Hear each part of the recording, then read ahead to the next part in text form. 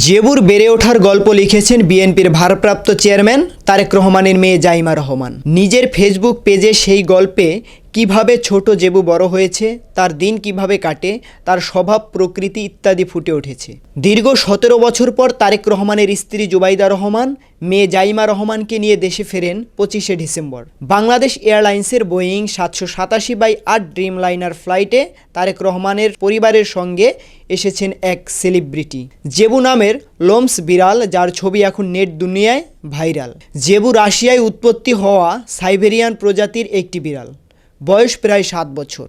এই জাতের বিড়াল আকারে তুলনামূলকভাবে বড়, শরীর জুড়ে ঘন ও নরম 3 স্তরের লোম থাকে।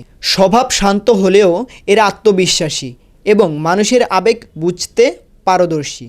এ কারণেই অনেকে সাইবেরিয়ান বিড়ালকে ইমোশনাল ক্যাম্পিনিয়ন হিসেবে দেখেন। পোষা বিড়াল বেড়ে ওঠার গল্প বলতে গিয়ে নিজের ফেসবুকে তারেক রহমানের একমাত্র মেয়ে ব্যারিস্টার জাইমা রহমান লিখেছেন, জেবু ঘিরে এত কৌতূহল দেখে আমি কিছুটা অবাক, আবার মজাও পাচ্ছি। ভাবছি এ যদি বিষয়টা বুঝতে পারত। যে কোনো প্রাণীকে লালন পালন করা মানেই একটা বড় দায়িত্ব নেওয়া, কারণ প্রাণীও একটা জীব, আল্লাহর সৃষ্টি।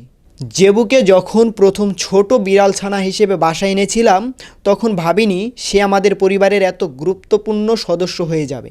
এমনও হয়েছে, আমার আব্বু আম্মু বাসায় ফিরে আগে জেবুর খবর নিয়েছেন, তারপর আমার। আম্মু যখন বাগান করতেন বা পাড়ায় হাঁটতে যেতেন, জেবু তার চারপাশে লাফিয়ে লাফিয়ে ঘুরত। জেবু পোষা সাইবেরিয়ান প্রজাতির, তাকে নিয়ে পরিবারের একটু বেশি নজরের কথাও তুলে ধরেন জাইমা রহমান। তিনি লিখেছেন, সন্ধ্যায় আব্বুর অনলাইন মিটিংগুলো শেষ হওয়া পর্যন্ত তার কোলে গুটিসুটি মেরে বসে থাকতো, মাথায় হাত বুলানোর আদর উপভোগ করত। আর আমার ক্ষেত্রে জেবু যেন সব সময় আমার মনের অবস্থা বুঝে ফেলত।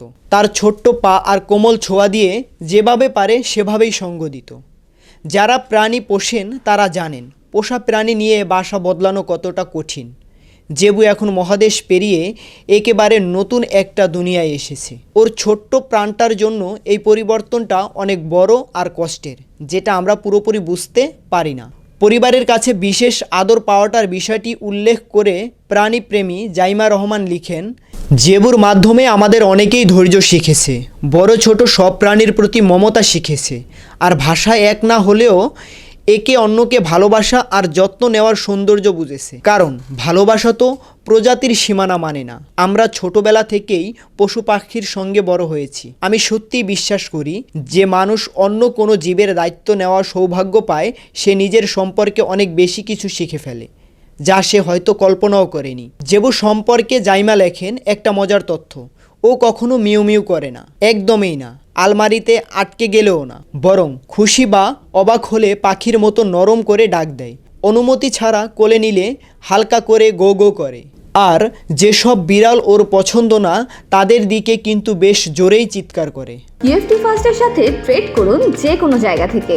ক্যাম্পাসে ক্লাসের ফাঁকে, ঢাকার জ্যামে বসে কিংবা ঘরে বসে, ট্রেডিং এখন হাতের মুঠোয়। তাই ট্রেড করুন যখন খুশি, যেখানে খুশি।